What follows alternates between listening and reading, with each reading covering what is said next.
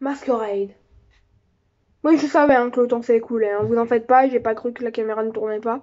Donc c'est Mortomega actuellement. Ouais, moi, vous devez me connaître. Vous me connaissez pas? Bah non, vous me connaissez pas comme 99, en fait comme 100% de la planète.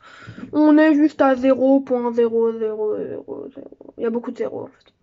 Mais non, non, je viens de voir un truc. Il y a le film 355 qui pour son premier jour France a fait à peine 16 794 entrées s'il vous plaît.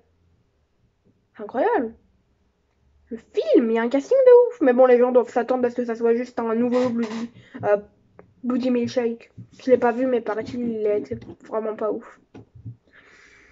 Donc Masquerade, et déjà je vais vous lire ma mini critique Twitter parce que je fais des mini critiques Twitter. Voilà, il y a un tweet que j'épingle sur mon compte. J'ai critiqué tous les films de 2022, Prisoner of the Ghostland, enfin que j'ai vu bien évidemment, Red Screening, Dead of Me, et là, Masquerade. Donc je vais vous lire. Et là je l'ai vu le 6 janvier 2022. Bella Thorne au top, casting trop moyen, personnage, scénar, récit, cliché et classique. Mais on s'ennuie pas et c'est déjà mieux que Prisoner of the Ghostland. Il n'y a pas d'effet pour apporter du mystère anxiogène. La fin est renversante. Il y a beaucoup plus de mauvais points, mais ça reste en fait grâce à la fin qui a pas mal rattrapé le récit, en fait qui nous fait comprendre un truc dans le récit, ça change toute notre vision du film. Qui a fait qu'il est quand même arrivé sur un deuxième film que j'ai préféré sur 4 cette année. Bon, il va beaucoup déplacer, à mon avis, il va arriver dans le flop hein, si je regarde au moins 40 films. Mais voilà. Et je vous propose de commencer.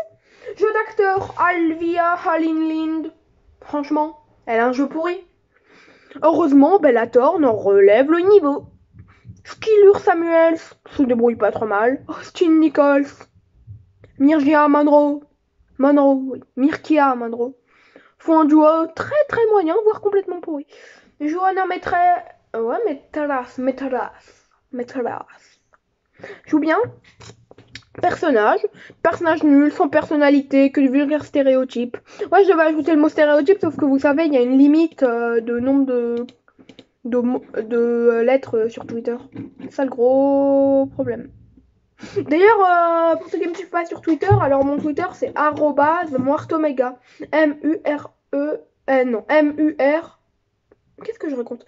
@MUERTOMG. Je me trompe à chaque fois. @MUERTOMEGA. Voilà, @Muertomega ou vous tapez Muertomega, par contre sur le E il y a un accent. C'est la même chose sauf qu'il y a un accent sur le E. Oh yes. Non, je viens de découvrir un truc.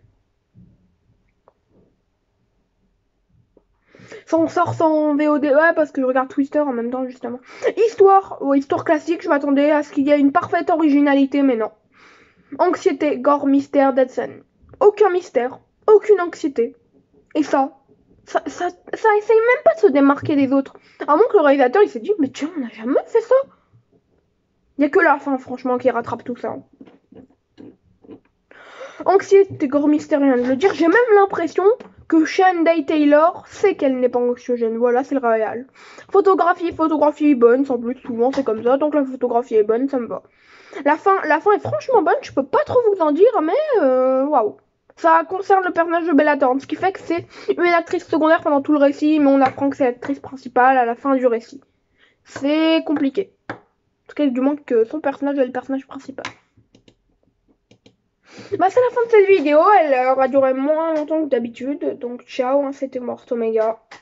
Vous l'aurez compris, c'est quand même un bon petit film. Franchement, je vous le conseille. Ne vous attendez pas à que ce soit extraordinaire, mais ça peut être bien. Franchement.